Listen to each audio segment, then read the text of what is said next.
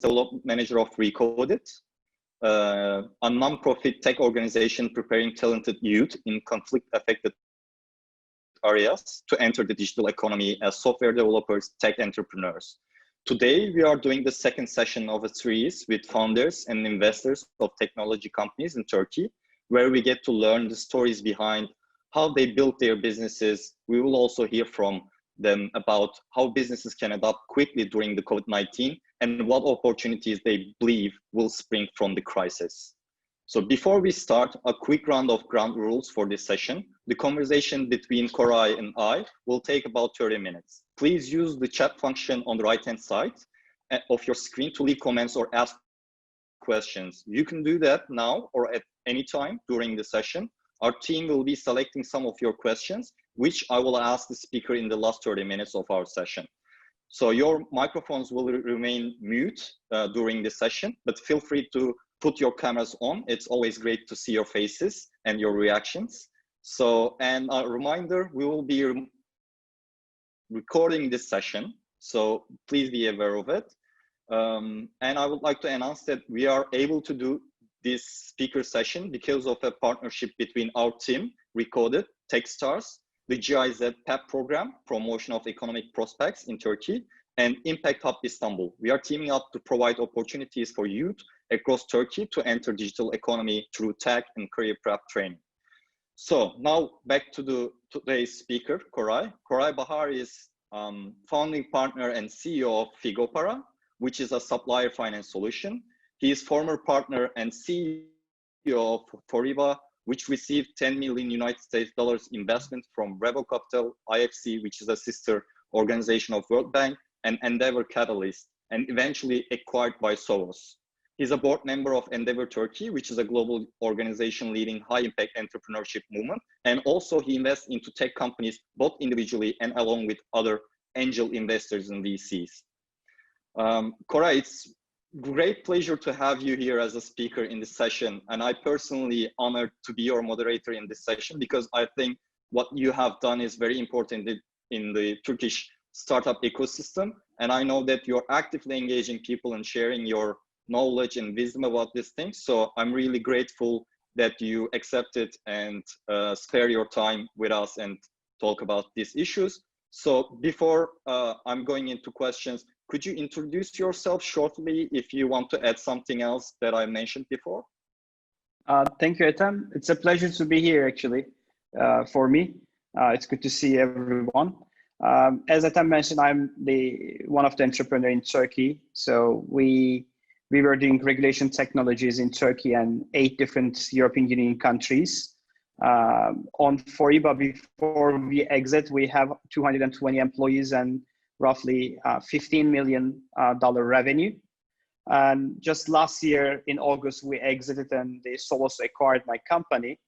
And then I worked with them for 6 months, support them to expand their operation in Asia Pacific.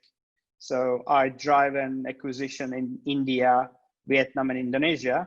And then the entrepreneurship is some kind of virus in my body. So I decided to start my new entrepreneur journey. So starting from February, I'm now focusing our new startup Figopara to support SMEs to collect to support their collection from their large enterprise customer bases. And in the Figopara business, till today, we lended more than $100 million of money to the SMEs through our bank partners. So I'm really glad to be here. Yeah, that's awesome. I'm going to ask more details about Figopara, but I'm excited that it's going to be huge as well. I have a strong belief in that as well. But before that, I would like to go back a little bit. And then, as you know, in general, the entrepreneurial journey is more difficult and less romantic than most people think, actually.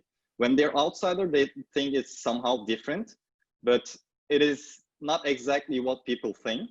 So how did your journey started? And I know that you have started as part-time software developer at FIT, which is previous name of Foriba,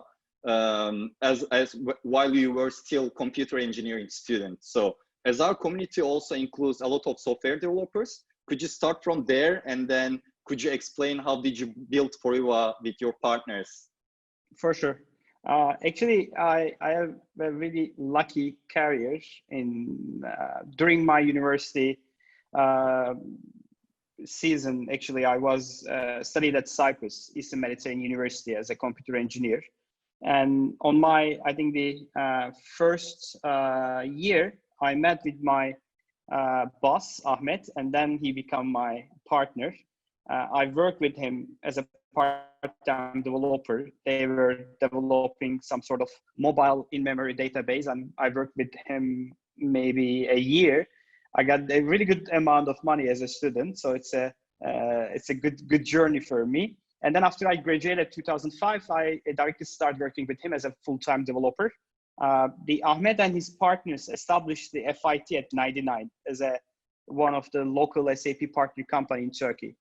And after 2005, I started learning and developing my skills on Microsoft.NET, SAP, mobile developments, Java.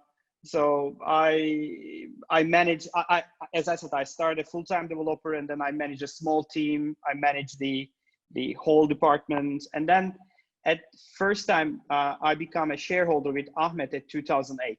So we carve out we pivot one department, which I manage in FIT, and we established Dotto as a more focused on Microsoft technologies and also the mobile app developments in 2008. Then during that time, actually, I was dealing with electronic signature. So integrating electronic signature to some enterprise softwares. And our journey for electronic invoicing actually seeded those time periods. We were really lucky because at 2010, Turkish government published electronic invoicing as a voluntary basis. So if any enterprise would like to send and receive rather than the paper invoice in electronic, so we deep dive that business. Actually, next 3 years, it was just nice to have. So if any company would like to use it, they can use it, but there is no mandation. But we were really lucky because Turkish government published an obligation starting from beginning of 2014. So we were in really good position because we have the product, we have customers, we have really good partners, and we were a really small team, by the way, roughly 25, 30 employees during the first electronic invoice mandation announced in Turkey. And then we started rapidly growing. So at 2010, we were the only company who were focusing electronic invoicing in Turkey because nobody needs that. So we were trying to sell the value to the customer. Hey, rather than sending a paper invoice with a cost of $1, so you can send it at 10 cents, you can cost on the 10, 15 cents to use electronic invoicing. So, but the mandation is actually boost the markets. And as you mentioned, at 2014, we raised $4 million from Reva Capital, one of the Turkish local VC. At 2018, we raised $6 million more from IFC lead the round. IFC Endeavor and the Reva Capital put $6 million more. Then we have had 2 acquisitions. We acquired one of our largest competitor in Turkey at, I think, beginning of 2018. And then beginning of 2019, we acquired another company. It's a complementary. So that 2 acquisitions also support our growth in 2018 and 19. And also starting from 2018, we expand our operation to Europe because same as Turkey, there are many different countries are publishing text-driven or the compliance-driven regulations. So it is supported to our growth. Before we exit, we have more than 17,000 customers. Our revenue about $15 million. So it was a really good traction in Turkey and also the Europe. Sounds really amazing to me. Huge numbers, big success. I adore. Could you tell more about the processes of the exit of Foriba? How did you start to think about exit? How have you been approached? What was the idea? And then maybe you can combine, then how did you start to think about start again with Figopara? Why building it after the exit? For sure. Actually, after our second fundraising at 2018, we had a really good track record. So when I look at the 2017 revenue, it was roughly 27 million Turkish lira, and then at 2018 we end up roughly 60 million. So more than double revenue growth we achieved. And during that time, our first investor invested roughly 5 years ago, that time period. So it is close to their new fundraising. So they asked us, hey guys, we are now fundraising for our second fund. If you excuse us, we would like to sell some of our shares. It's okay for you? I said, okay. So the first acquisition ran really good. The Europe expansion running really good. So maybe we can acquire one additional company in Europe or Asia Pacific. So we combined that two needs. So they're going to sell some shares. Also, we are going to do an additional fundraising in 2019. So we were lucky because in Turkey, we had a good presence and known brand. So 3 different private equity firms attracted by our journey, and they would like to buy our investor shares, and they would like to put in some money. And then we, in Turkey, you may remember 2018, we have a huge FX increase. So that those local private equity firms decided to hold some certain time.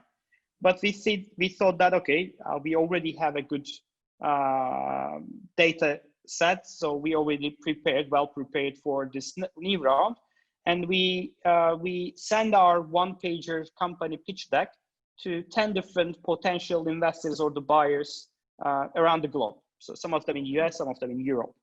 And 8 of them are come back with a positive feedback, and 5 of them would like to enter the data room and sign the NDAs. And then the Sovos come up with a different model, because we were not planning to sell the company. So we just would like to fundraise and just partially exit for some of the investors.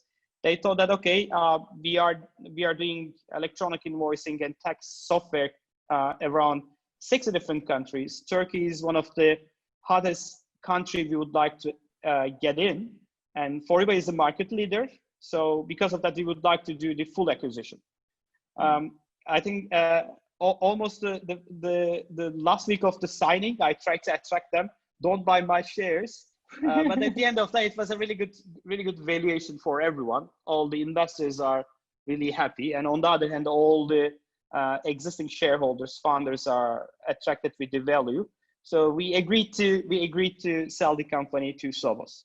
But while we are exiting the company, Figopara is my new startup. It was already established while we are doing electronic invoicing in Foriba.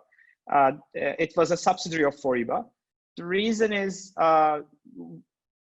all the invoices what we processed, roughly we were processing 60-65% of the whole Turkey's electronic invoice passing through Foriba's infrastructure. But every single invoice, roughly 10 cent, 5 cent revenue for us. So it's a good, by the way, when you multiple millions. But we would like to, we thought that how we are able to monetize this transaction. Rather than 10 cent, are we able to charge $10 or $100 per invoice? And we look at different alternatives, different business models, and we end up with a supply chain finance. So the bank's going to discount the invoices. The suppliers don't need to wait until the payment due date. Within the same day, within actually a few minutes, they're able to get their money. So that journey actually started roughly 2.5 years, 3 years ago. And during the exit, we request from Sovos, we would like to carve out the Figopara. And it was just a small startup. It was just burning money rather than generating some revenue. So they accepted. And then we carved out the Figopara with this exactly same shareholding model of the Foriba. And starting from February, I just focusing that new business. Great. So I know that Figopara is quite adapting the situations well, because it is able to, its business model is fitting to to the technology quite well, but I really want to ask this: how is COVID-19 changed the way you do business, and how Figopara has been helping its clients during these times? For sure.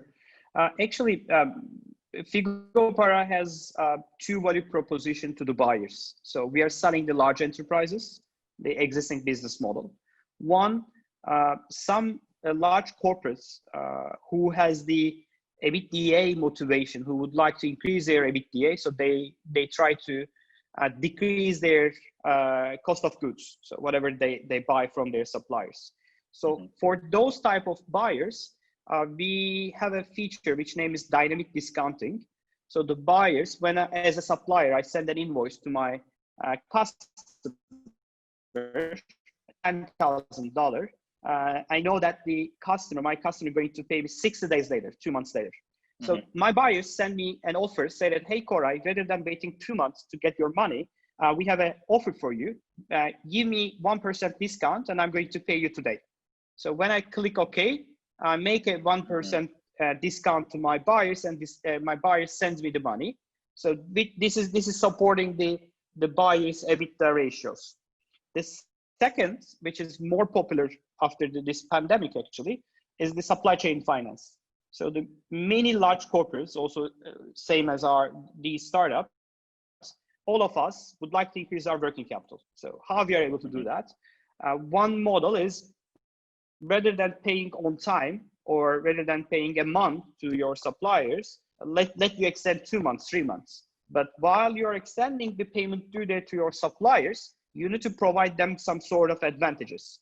So the supply chain finance is a tool to support the buyers to extend their payment due date, but on the other hand, supporting the suppliers to get their money with a discount within a minute. So we have 6 different banks integrated to our platform, and these banks are providing offers to the suppliers. So, hey, Koray, you have a $10,000 invoice to your customer. I'm ready to pay you $9,500 as of today.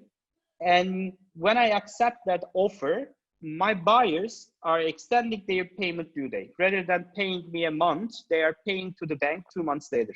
So everybody wins within this model.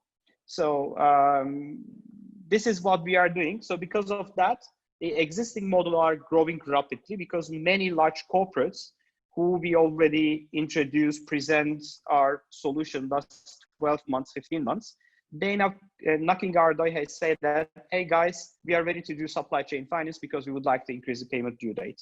But at the same time, we would like to kill our suppliers because we need them. We need to support them to survive during this pandemic. But on the other hand, we need to survive our business and we need to increase our working capital.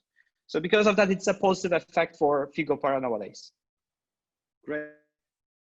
It's a win-win solution for everyone, I think, because nobody gets hurt and things getting easier for both parties. So it's awesome solution, I think.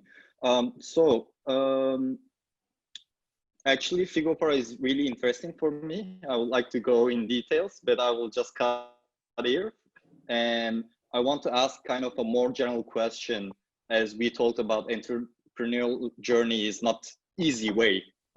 When we talk about it retrospectively, it seems like incredible story, but there are a lot of work and hard times as well. So was there a point in your entrepreneurial journey where you thought about quitting or moving on to do something else? Almost every 6 months, every 3 months, we face this question, and me, my partners, our team is discussed a lot because, and especially a global business, it's much harder. But on the other hand, if you believe what you are doing, and if your customers like your services product, then it is not a big deal. For example, we were fundraising, our second fundraising started at, I think, 2016. And the IFC World Bank colleagues are visiting our office for 3 days to doing the due diligence for the investment round. My team is picked them from the airport, and that day, actually it was Ramadan, and we have a dinner for our customers. And we invite the IFC colleagues to our iftar dinner. So they like to join us. And after that dinner, so our colleagues pick them to their hotel. And while we are going to the restaurant, the ladies from the IFC World Bank, they asked me, how secure in Turkey? Because a couple of months ago, there were lots of bombing, lots of terrorist topics. So they said that, I said, don't worry, everything is settled. No more problem anymore in Turkey, especially in Istanbul. And that night, you may remember that there was a huge terrorist attack at Atatürk Airport. So that morning, we picked them from the Atatürk Airport. During the dinner road trip, I told them no more terrorist attack, no more bombing in Turkey. I said, okay, this is the end. So they're not going to invest. How come they're going to invest us? And then just the day later, by the way, at night, I called them, are you okay? Don't worry, do you need anything? I said, you can stay there. If you need anything else, we can do it. They said, no worry, we are going to call you tomorrow morning. And the rest of the 2 days, they come to our office and continue to do due diligence. So, and then I think one of the reasons why they come back to the office, one lady, she's originally from Ghana, a US citizen. The other lady living in Morocco, original French. The other lady from Lebanese, US citizen. I think they know our region. So I think it is one of the luck we had. Just a couple of months later, by the way, they go back with a positive feedback about our company, and they said, okay, we are going to invest for IBA. And just, I think a month later, or 2 months later, we have the coup attempt. I said, okay, this is the end. Okay, the terrorist attack, not the case, but we are not going to able to fundraise from IFC World Bank. But anyhow, all those bad things happening, somehow our business is able to grow. And this is, of course, we are going to decrease something. We are going to give more rights to the investors. But at the end of the day, they committed to put $5 million, and they already put to the $5 million within that round. So, and then they exit, and still we have the shareholder in Figopara with exactly the same team who invested us. So all those things are happening. Of course, as an entrepreneur, as a CEO, it is really hard for yourself. And you have to be the leader, have to give a good mood to all your employees, all your investors, all your shareholders, partners. So this is the key. So you don't have to go to the work with a bad mood. So you always have to be the positive one. You always have to believe in your business. But this does not mean that you are always going to give the easy decisions. So being the founder means that you are the guy who have to give the hard decision, especially during this time period. So majority of the businesses, not only in Turkey, in Middle East, in Europe, all around the world, had a big hit. So many businesses are stopped. They're not able to have any new additional revenue. Maybe their revenue shrink to the zero. So it is really tough. So then the founders have to take the hard decisions. So you have to shrink your company. So maybe you need to fire someone. Maybe you need to decrease your costs. So this is not the easy decisions. So I think the first time I had to fire 15, 20 employees within a day after the 2015, we had a really bad growth in that year. We invest a lot. We had lots of investments to the new teams, new product.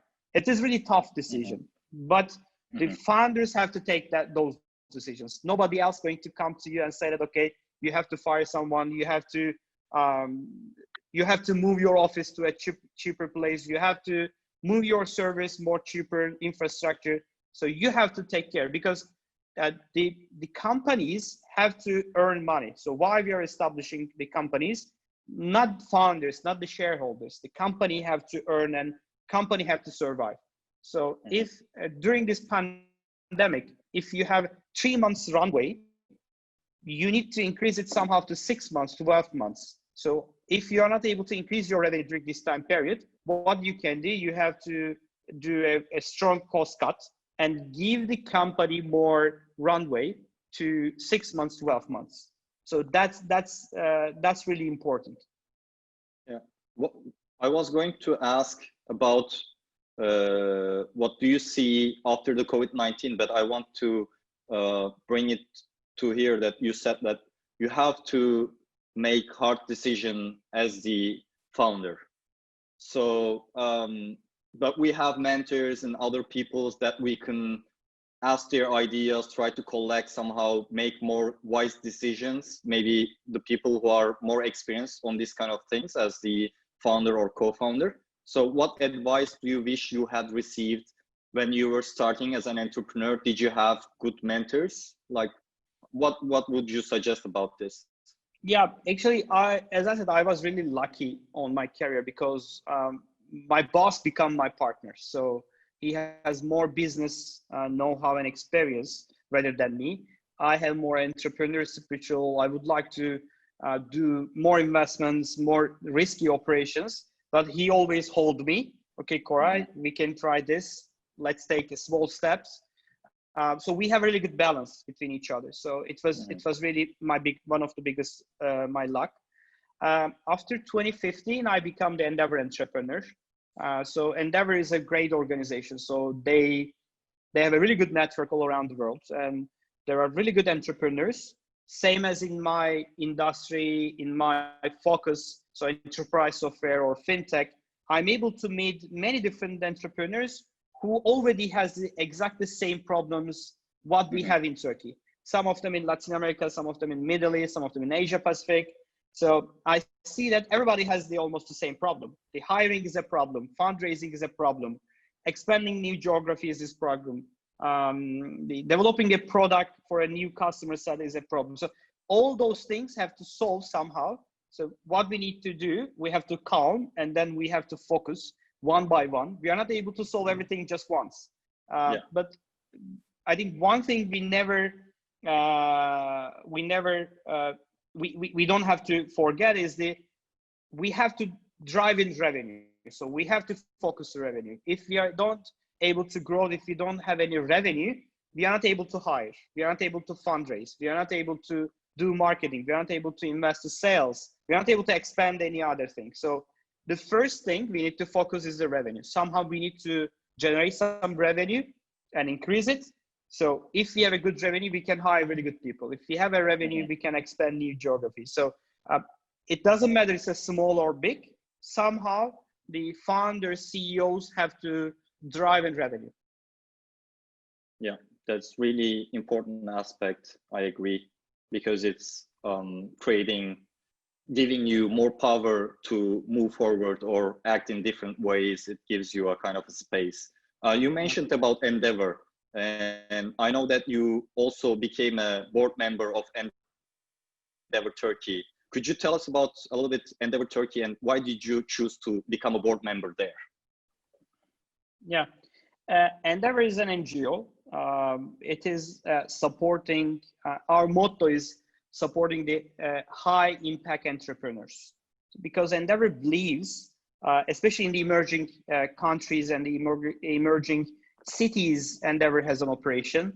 I think as of today, we have more than 35 different countries and cities we have the operation and offices. And because Endeavor believes the growth of the emerging markets are driven by the entrepreneurs. So if we have the good companies, if we have the high growth, the scale companies, then those countries able to grow.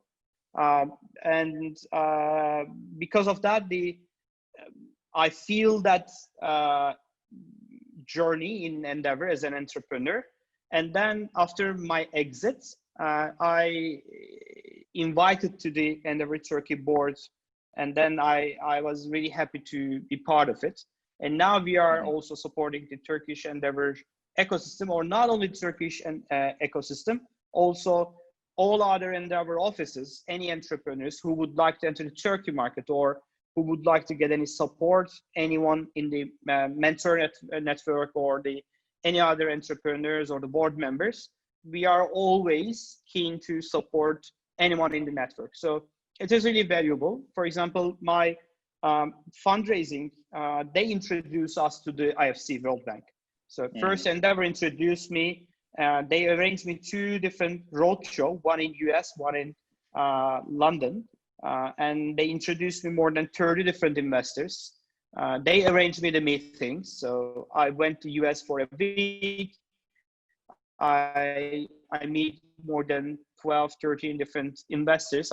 I pitch my company and then do the same thing in London. So in whatever you need, I always say that Endeavor is a toolbox. So whatever you need to pick and use it. So Endeavor is not pushing you to do this, do that. So you need to ask someone or the ecosystem, and everybody is happy to support the old entrepreneurs. Yeah, awesome. I also believe that having kind of a network as an entrepreneur is really important to access either the capital or the information or different kind of information. I think it's really valuable, and these NGOs and networks are really essential to reach different areas that we are maybe blind to it. I think it's really important that you provide that value to the ecosystem. Totally agree. Before I need to go to the questions, but before diving into our guest questions, I would like to ask you talk about investors that you have been introduced, that you have pitched, but you also become yourself an investor as well, and you're investing with different angel investors or VCs or by yourself individually. Could you talk about how did you turn into an investor? What was changed in your mindset? How is it different than being a founder or a co-founder of a company? And could you tell us about what investors think during COVID-19? How is their approaches changing? For sure. Actually, my first investment company, which is ECMOP, they are a mobile CRM for the field services. So if you have any sales rep, you're able to manage who is visiting where, etc. So I know the founder, Sunay, last 4 years. Same as this kind of network, I met with him. Sometimes once a month, sometimes once a quarter. He was asking me something. He was asking my suggestions about his business. So I'm not able to invest because I don't have that money during that time period. And then after my exit, he asked me, hey, Koray, I was planning to fundraise, but one of the committed investors decided to pass this round. And then I told him, hey, Suna, I know you. I like you a lot. I believe in your business. If you like, I can be your investor. And then I asked some of my close friends and the network. I said that I'm going to invest Sunay. And then we collect roughly 1.2 million Turkish lira for the Sunay's company. So my second investment, which is it was come to me through the Galata Business Angels. Galata Business Angels is a one angel network in Turkey. So I become one of the member of Galata Business Angels, which is Firefly. Firefly has a boards, the advertising boards on the taxis, and they are selling these services to the Uber drivers and doing some revenue sharing with the drivers.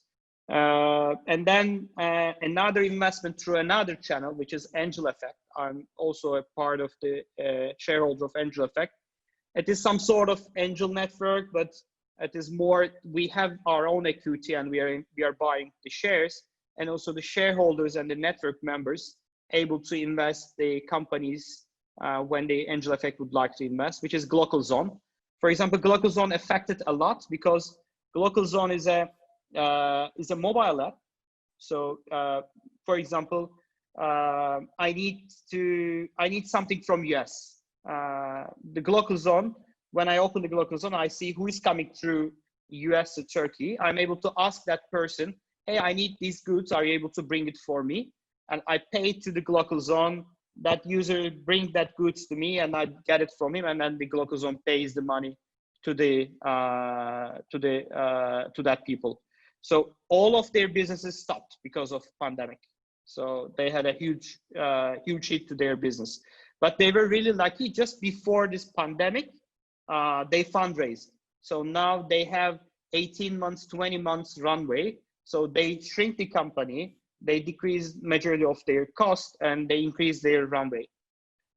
So it's a quite different mind shift from as an entrepreneur fundraising guy to a guy to invest in the new companies, because I'm not the guy who like to say no.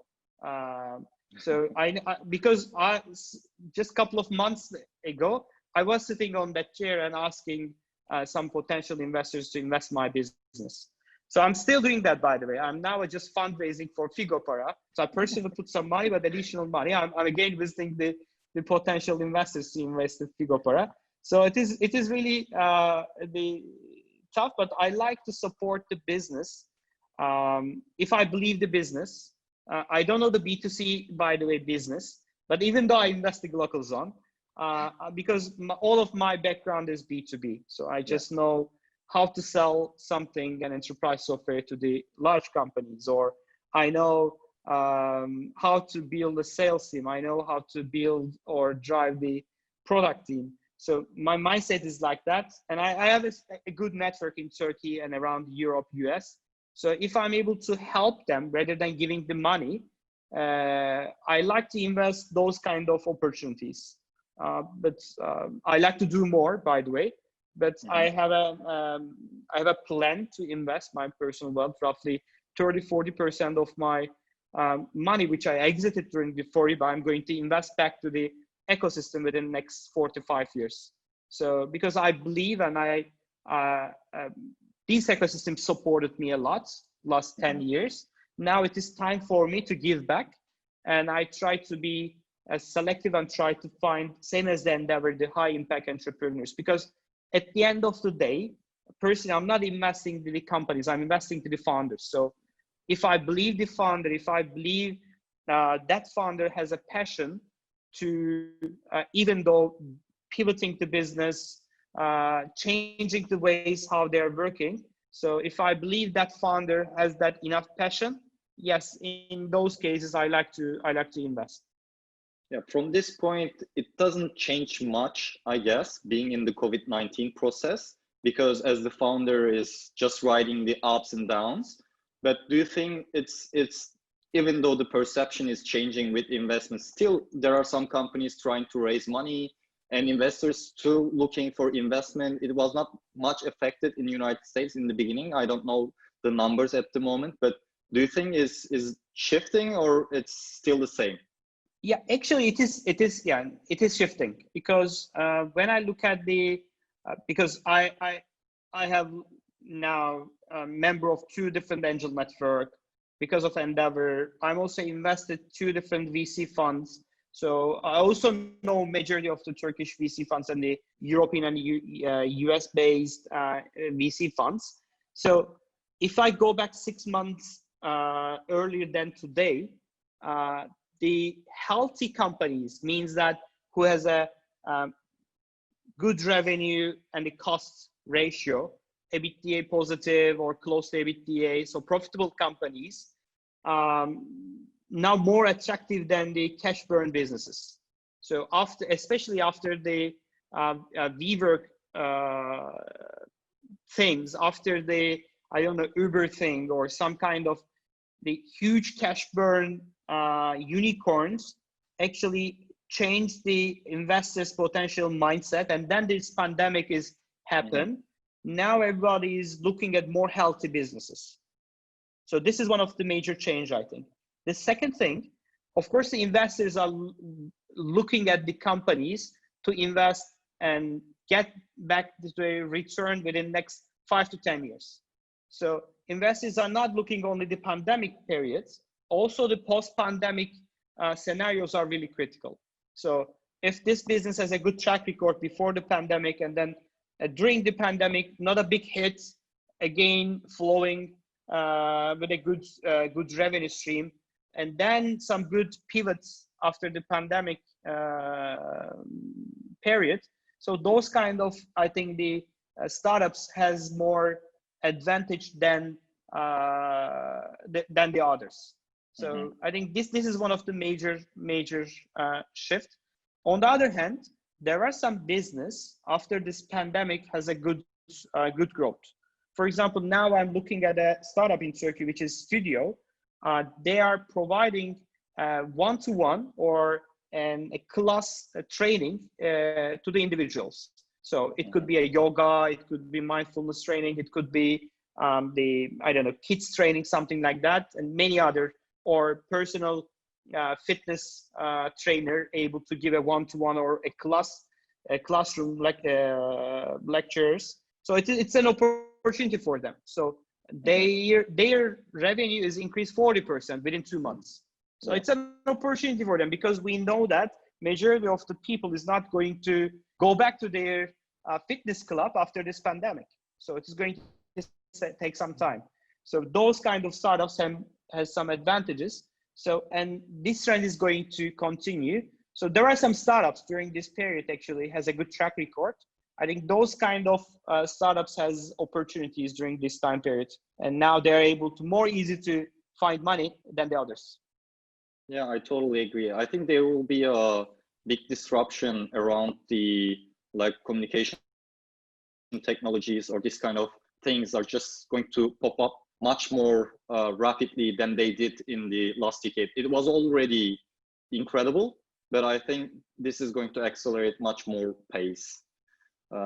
Koray, your answers and your informations you have shared are awesome and creating more questions in my mind, but I need to go to our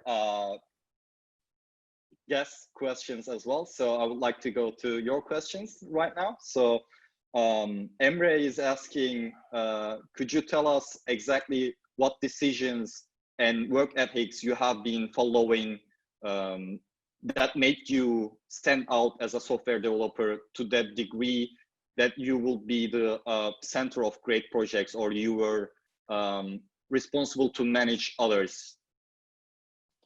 Actually, one of the things is luck, I think. I was lucky, really, because I just started after my graduate, my computer engineering. I found myself as a really small team. So when I started working at FIT at 2005, it was just 7 employees. So I'm the 7th employee. So when the FIT is growing, I was lucky because when I become the 1 year, 2 year senior developer or mid-year developer, so I have my juniors. So I'm able to support them, train them. I'm able to bring those junior developers to the customers and use them as a resource in the project. So I was really lucky. And as I said, I started my career as a SAP consultant, SAP software developer. So because of that, I'm able to visit many different industries, many different businesses. One of our customers were manufacturing bus. Another was the largest chocolate manufacturer in Turkey. Another one is doing export, import, the petrol oil.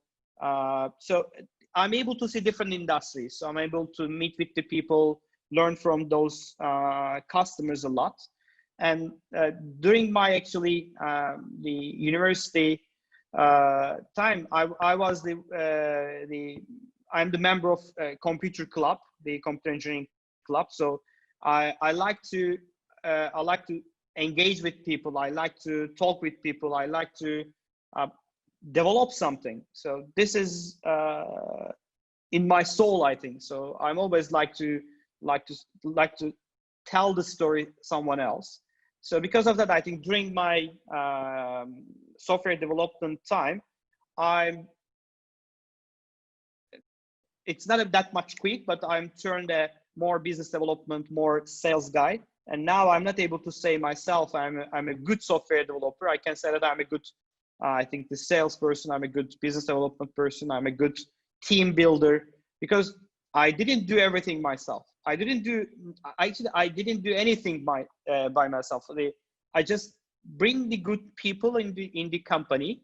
So I think one of my best luck, I have a really good team in Foriba. So all the member of Foriba, we are able to come to that point. Not only the Koray, not only the Ahmed or someone else. So everybody, we worked and we focus what we would like to do and what we would like to achieve. And we did it. So this is not the Koray success story, because this is the Foriba team's success story. And I think that's what I did. So it's not that much quick shift. So when I go back 2010, first time I'm visiting the customer. So the half of my day, I was coding something in one of my customer, and then I'm visiting another customer the second half of the day, and I was presenting electronic invoicing to those customers. And after I finished the day, I come back to home. I was trying to write some proposal and send it to the customers. Another morning, I go back to another customer, write some codes, and then afternoon doing some presentation, a new customer. So because in the small teams, you don't have any sales, you don't have any marketing, you are the everything. So, and first time when the government published the electronic invoicing regulation, we don't have anyone who is able to create some content. What is electronic invoicing, how to use it, etc. I start capturing myself with my cell phone, my mobile phone, and then I was posting those videos to the YouTube.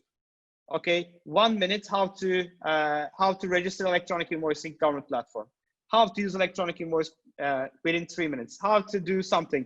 So, and then it becomes a really good marketing tool, because when I visit a new customer, they're asking me, hey, you are the guy in the car and talking about the electronic. Yeah, I'm that guy. So it becomes, so you have to be a brand in your business. So if you are selling water, so you have to be the guy. If someone would like to order, they need to ask you. So you have to create content, you have to create blog posts, YouTubes, whatever. So you have to be the people everybody going to ask about that topic.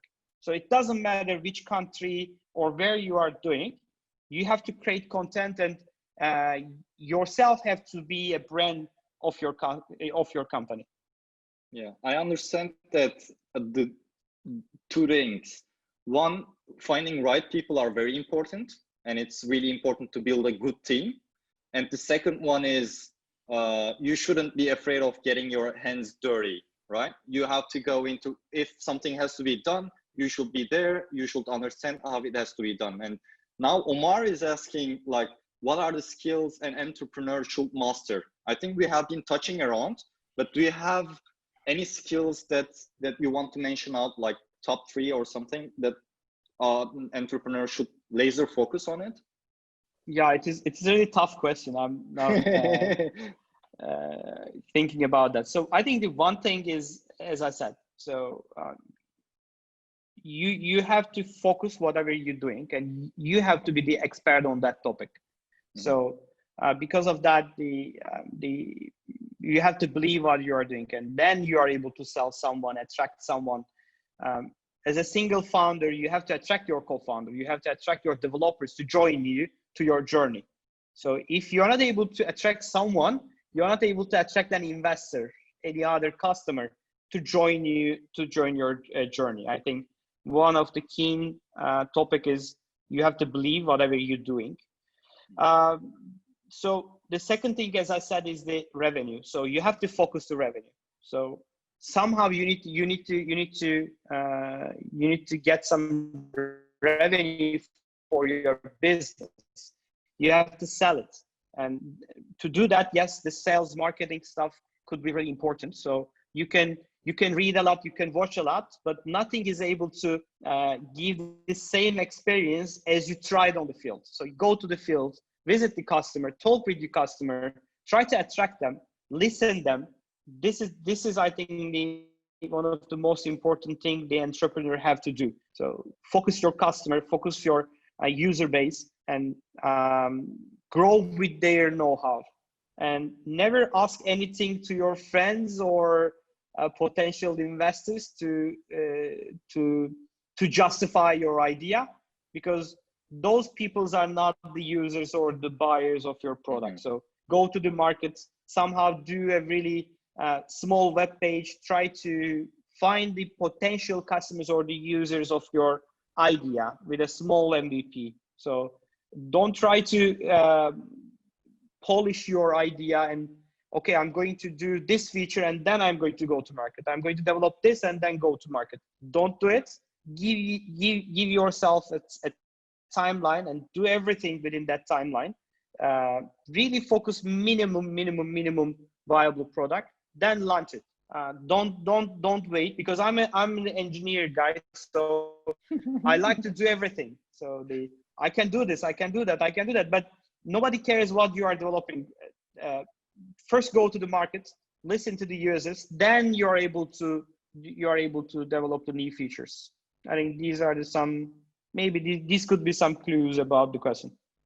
I think this is a very important aspect, and actually it looks like one skill, but I think there are a lot of skills in this kind of areas. So if you go into, I think it helps you to improve yourself in general. So thank you for the advice. So Mohammed is asking that, like, as being a company from this region, this is about valuation, have you been able to give more shares with the same money you have expected? So, or it didn't affect your valuation at all? And Mohammed is from Iraq, so he tries to understand how this is affecting the situation.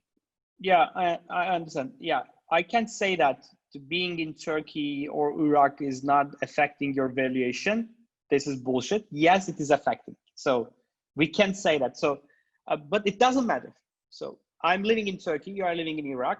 So at the end of the day, if you don't have any idea to living in US or some other countries, so I exited and I'm living in Istanbul. So I love my country, my city. So this is, I grow, I like to be here. So because of that, yes, it is affecting, but at the end of the day, our costs of employee, our cost of rent, our cost of living in Istanbul is, okay, 2 times, 3 times cheaper than living in London, living in US. So these are the advantages. So because of that, the expected valuations could be less than. We need to agree that this is how the model is running. So yes, if you would like to increase your valuation, yeah, you can open a branch in US, you can move your headquarters to US or London or somewhere else. This could be an opportunity. I have really good entrepreneurs in Turkey. For example, Opsgeni, which is acquired last year by Atlassian, I think around $300 million. And Gram Games, they're Istanbul-based mobile game studio and acquired by Zynga, about roughly $250 to $300 million just about 2 years ago. So they're all of their development teams in Istanbul. They have a small marketing team in London. Atlassian has a sales and marketing in Bay Area, all development team in Ankara. So these are the opportunities. But first, we need to run the business. We need to have a track record wherever we are, and then try to do expanding our business where we're located. As I said, we were doing 8 different countries in Europe, our operation, but we have only one office in Milan, in Italy. The reason why we have the Milan office, because the Italian customers ask us to get the invoice from Italy. We said, okay, we can establish a branch there. There is only one employee in Italy, a lady, and she's, by the way, she's a Turkish lady. She was previously working at Google, and she's the only lady in Italy. But in Istanbul office, we have 3 or 4 Italian colleagues working with us in Turkey. And it is more affordable than hiring an Italian in Italy than the Turkey. So Turkey is much cheaper. And those employees were really happy working with us. So we have a Nigerian employee. We have a Serbian employee. We have a lady from Poland. So we have really many different nationalities working in our office. So we're really happy to do that. Yeah, I think what you said about this, it has both advantages and disadvantages, but it's not like white and black. I think That's it right. needs kind of a more holistic approach and try to benefit with the advantages and minimize the disadvantages, as I guess, with the region or this kind of things, right? I agree. Maybe Ethem, I can add one more thing. So the valuation is some sort of negotiation. So if the buyers pays that money, whatever you like, or whatever you like to sell your shares, that point is the valuation. Of course, there are lots of mathematical calculation, lots of formulas to achieve the valuation. You can do it. You can use many different models to find the valuation of the company. But at the end of the day, it's a line which the buyers and the sellers agreed on. It doesn't matter it's a World Bank or a local VC or angel investor. So it is the point you negotiate and agreed and handshake. So because of that, in Turkey, I agreed with that valuation. I got the investment from Revo. We agreed from World Bank, and then we agreed to Sovos to sell the company. So this is a fully a negotiation. Of course, behind that valuation number is fixed. There are many models, but at the end of the day, it is the whatever you agree, whatever you negotiate and end up. Sure, I agree. But the valuation or the price already includes all the information out there, all the situations. That's right. From here, Zakaria is asking that you talk about new markets, different countries, maybe opening a branch or shifting your headquarters. What was the key to enter new markets in different countries? I guess he is asking for Figopara's expansion.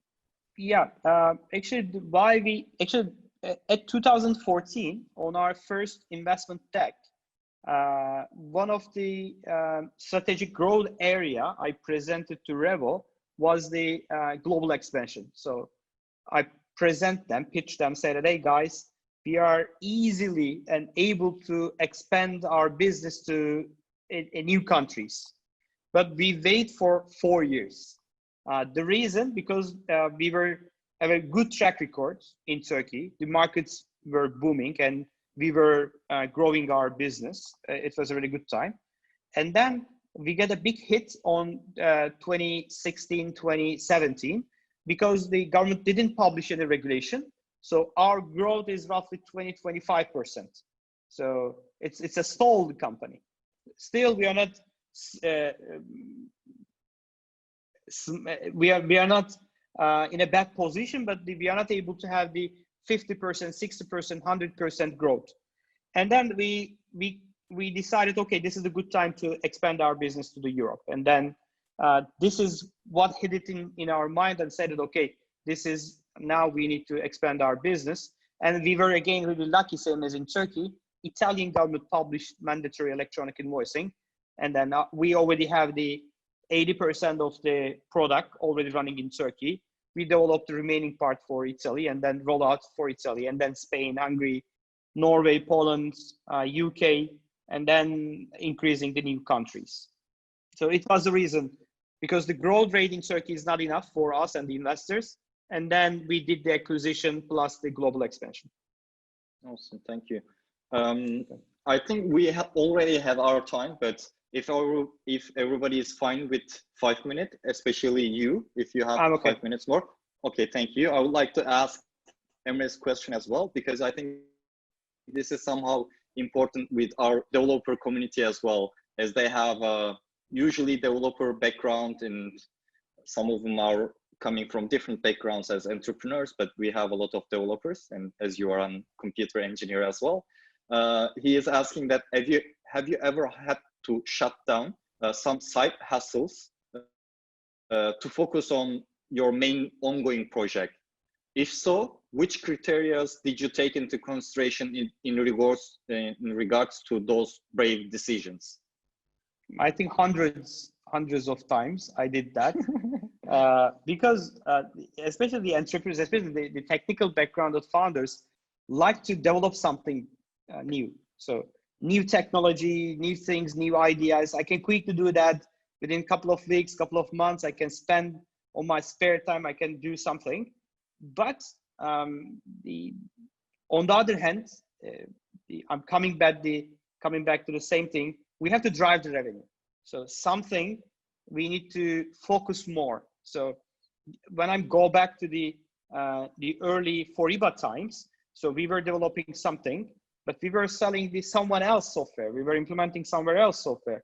And then we think that, okay, we need to develop our own software and we need to sell to the enterprises. We are able to export software from Turkey to all around the world. And that was our passion. And then to go to that target, so how come we are able to go and export some software if we don't have any software in Turkey? So then we develop something, then we expand our customer base in Turkey. We learn how to develop a product and able to serve thousands of customers. How we didn't know how to sell, how to price it, who is going to sell it, how we are able to market it. And during that 3-4 years in Turkey, okay, become more eligible to expand out from Turkey to Europe, and then we expanded. So this is a journey. So we need to believe some, and I can't say that when I go back to 2008, when I start working with Ahmed, become a shareholder, we are able to sell something all around the Europe, and we are able to get $15-16 million revenue. And someday we are going to sell this business. This is not the thing. So just focus. And as I said, we were really lucky. We focused electronic invoicing, which wasn't any mandatory and obligation in Turkey. And then thanks to God, it supported us. And then we are able to have a market in Turkey, have a market globally. And then a day someone would like to buy the company. So as I said, even though before we selling the company, we didn't thought that we are going to sell the company within this year, 2 years, 3 years later. Yes, we know that because when you get an investment, you have to know that someday you are going to sell your company after the first investment, because the investors buying your shares to sell it 2 times, 3 times, 5 times, 10 times more than whatever they paid for those shares. So this is the model system is working. Awesome. Thank you very much, Koray. I think these were really humble, very direct way of sharing your experiences and ideas, and I find them very insightful and valuable. I hope this is useful for everyone in our community. I really appreciate that you are spending your time with us and sharing what you have learned, what you have achieved, and what kind of things you have seen. So thank you very much for being here. It was a really big pleasure for me to be here. And if you're going to need anything, if you like to ask something else, you can reach me through Etem, or Rico team is able to, I think, assist you to me. So I really would like to give any support if I can. Sure. Thank you very much, Koray. If anyone needs to be in contact, I will be more than happy to connect and try to help both sides. And before closing this session, I would like to announce our next speaker, who is Enis Hulli from 500 Startups, which is a venture capital firm. And Enis is the general partner of this company. And he will be here next week at the same time. And I will be the moderator again. And before leaving, I will really ask to our guests, please fill out our survey so we can understand how we can improve this session for you, and we can provide more value to you, to our community. So thank you very much to everyone being here, spending your time with us. I hope to see you in the next session. Thank you very much all. Bye everyone. Bye.